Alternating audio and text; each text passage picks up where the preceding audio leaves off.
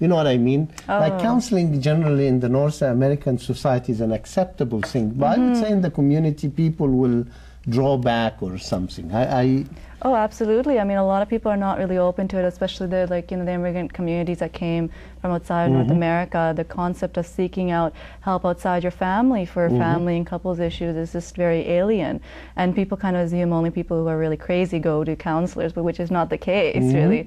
All of us sometimes get into sort of problematic relationships and a lot of relationship distress and can do with some assistance, some professional assistance. You know, if I go back, and when I was young, I remember people coming to my mother for counseling, you know, as friends of the families, couples or something. She wasn't a counselor, but as an elder person with experience in life, she did that job in a way. Maybe she wasn't qualified, but isn't in the absence of, as you said, you know, a family friend or something, maybe now there is more need for external counseling. Or there perhaps is. I mean, people can turn to people within their own family, but sometimes people can't turn to people within their own family. People don't want to disclose to people in their family the problems in their relationship or in their marriage, or sometimes also they feel that people in their family are biased or not understanding. And people such as us, we're training in sort of more objective, facilitative methods of helping couples and families through problems, and we're more objective in a way. No, this is great. What about in your career? What's your feeling as a lawyer? You know, anything that, you know, as a Muslim lady, anything that stops you from excelling, or? Well, the legal profession, it's known to be very male-dominated, so it doesn't matter if you're a Muslim woman or just a woman. The general sense is that you have to sort of develop your personality, your social skills, and your legal knowledge a bit more to compete. So it's sort of a spread across the sort of all females.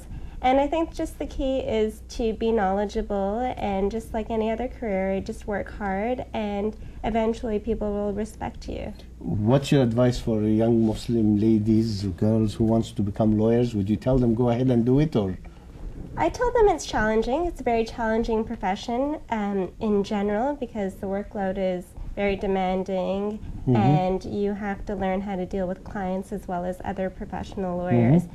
But just be ambitious and don't limit yourself when there's no reason to. I think you should just be confident in the way you think and your intelligence, and go for it. Well, we have to go for a break. I'll see you in a short while. Bismillah ar-Rahman ar-Rahim, wassalamu alaikum, and welcome back to Spirit of Islam. Today's discussion is about the contribution of Muslim women into society. And I'd like to ask you, Sonia, as a counselor, do you find there's a challenge for Muslim women and counseling Muslim women? What do you see?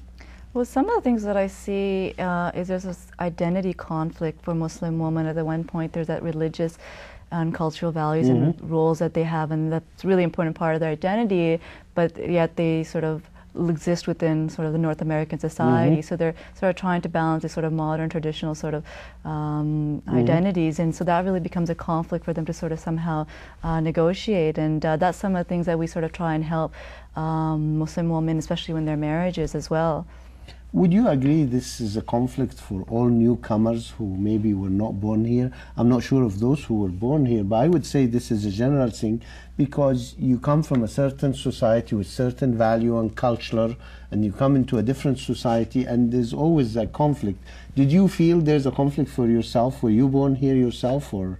I was born here, but I still feel the conflict, just because your parents want you to act a certain way, and when you go to school or interact with different cultures, they expect you to be a different way. But as a counselor, do you think this is only Muslims, or I would say most parents, when I tell my kids something, they always come back and say, times have changed, Dad. And I don't know if it's really Muslims or just... I think, yeah, across many groups and religions, and it's just like this generational issue, differences between sort of the first and second generation immigration groups, and yeah, culturally, religiously, there's a conflict across. What about yourself? What's your feeling? Yeah, I was actually listening to one of the radio shows, and she was talking about how it's so normal for young kids in grade school to, you know, have sex with each other, and, you know, it's just like casual, they call it casual, you know, hooking up. and and she was complaining about it being Jewish, and our people, if they heard that, they'd be having heart attacks. They'd never send their kids to public schools, knowing Does that what mean goes any on. other school is any different, really? Well, I would hope that that's not something that happens in Islamic school, but yeah, but that's I different, mean, So what's your advice when you see this conflict? How do you advise young people? How do you deal with it? Well, it's one of those things where you have to sort of be open and honest to it. And I mean, what I'm doing right now is I'm trying to, it's really complex, and I'm really trying to develop a model of sort of helping people dealing with these sort of religious and cultural conflicts in their family lives. And specifically, I'm working with couples, specifically like South Asian Muslim couples. People are welcome to sort of look up my website, www.southasianfamilies.com, where there's more information about some of the services that we offer to help people. We're offering couples counseling to people, and through that process we're hoping on developing more knowledge about how to help people in these sort of issues. Do you feel the South Asian couples would be different than other couples?